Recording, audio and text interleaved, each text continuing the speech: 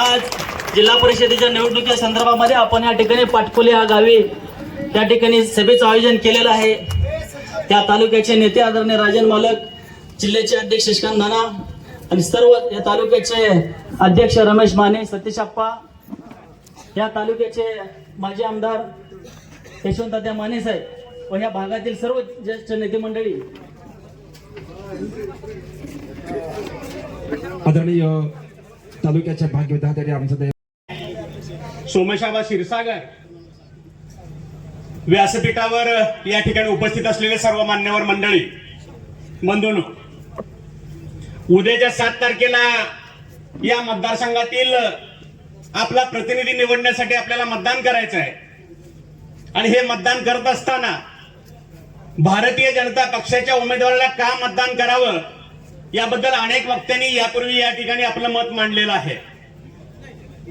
माझ्यासाठी केवळ 2-3 मिनिटाचाच वेळ आहे, कारण उमेदवार या ठिकाणी जयकुमार गोरे भाऊ या ठिकाणी आता पोहोचतायत आणि बाकी काय मान्यवरांना वेळ द्यायचा आहे। आणि म्हणून या निवडणुकीमध्ये खरं म्हणजे अत्यंत चांगला उमेदवार भारतीय जनता पक्षाने या ठिकाणी जिल्हा परिषदला दिलेला आहे।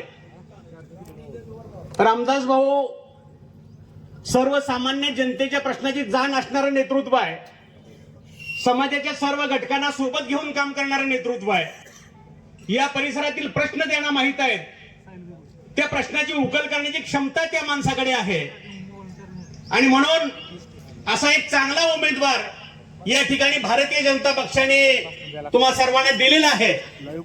समोरचा उमेदवार कोण आहे, कसा आहे याबद्दल मी फार बोलणार नाहीये, तुम्हा सर्वांना माहिती आहे। पण दोन्ही उमेदवारांमध्ये तुलना करा आणि सामान्यांच्या हिताचं काम करणारा उमेदवार कोण याचा विचार करून या ठिकाणी आपल्याला मतदान करण्याची विनंती मी आपल्याला करतोय। पंचायत समितीच्या निवडणुकीमध्ये देखील आडेगावकर सर गेली अनेक वर्ष या परिसरामध्ये सर्वसामान्यांच्या हिताचं काम करतायत, सामान्यांच्या प्रश्नासाठी झटतायत।